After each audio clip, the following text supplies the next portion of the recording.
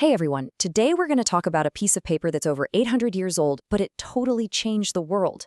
It's the reason leaders can't just do whatever they want, and it's the blueprint for a lot of the freedoms we have today. We're talking about the Magna Carta.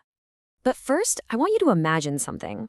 Picture living in a place where the person in charge is completely above the law. They can take your stuff, invent new rules whenever they feel like it, and throw you in jail for no reason, and there's absolutely nothing you can do about it. Sound like a nightmare? Well, this wasn't just some made-up scenario. For the people of England way back in 1215, this was real life. And their ruler's name was King John. So yeah, let's talk about this king. King John is basically the perfect example of what happens when one person has way too much power. This guy was known for demanding crazy high taxes for his own projects, making totally unfair decisions, and punishing anyone who challenged him, all without a trial. He'd just walk in and take land and property from his own nobles. See, in his mind, his power came straight from God, which meant the law was for little people, not for him.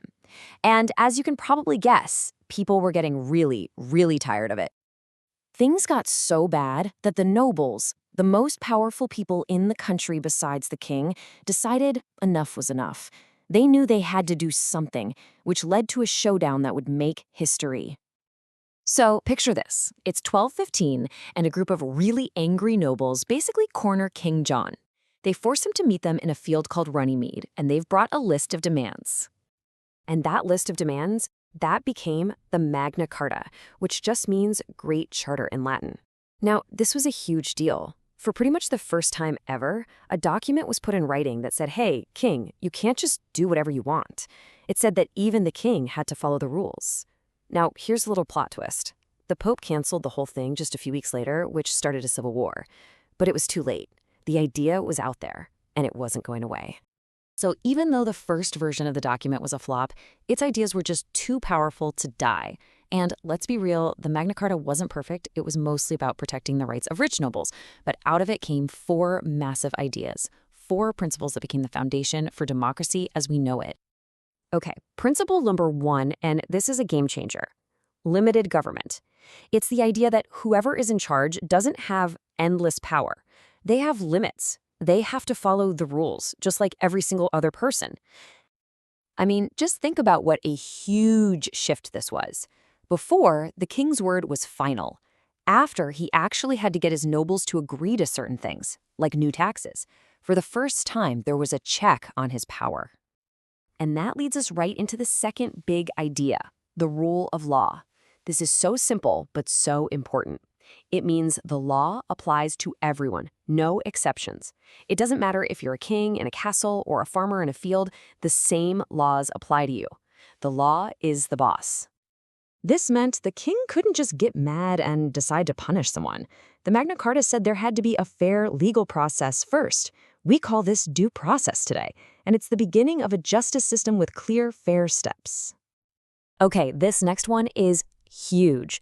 Individual rights. This is the idea that you are born with certain rights and freedoms, and the government's number one job is to protect those rights, not to trample on them.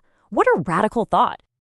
Now, like I said, at the time, this was really just for the nobles, but it planted the seed for rights we all believe are essential today, like the right to a fair trial, protection from being arrested for no good reason, and the idea that your personal property is yours, and it can't just be taken away. And that brings us to our fourth and final principle. Shared power. This is basically the idea that putting all the power in one person's hands is a recipe for disaster. So the Magna Carta started the process of spreading that power out, making the king share his ability to make decisions. Sound familiar? It absolutely should. This is the whole foundation of the U.S. government. Power is split into 3 branches. One that makes the laws, one that enforces them, and one that interprets them, all to make sure no one person or group gets too powerful.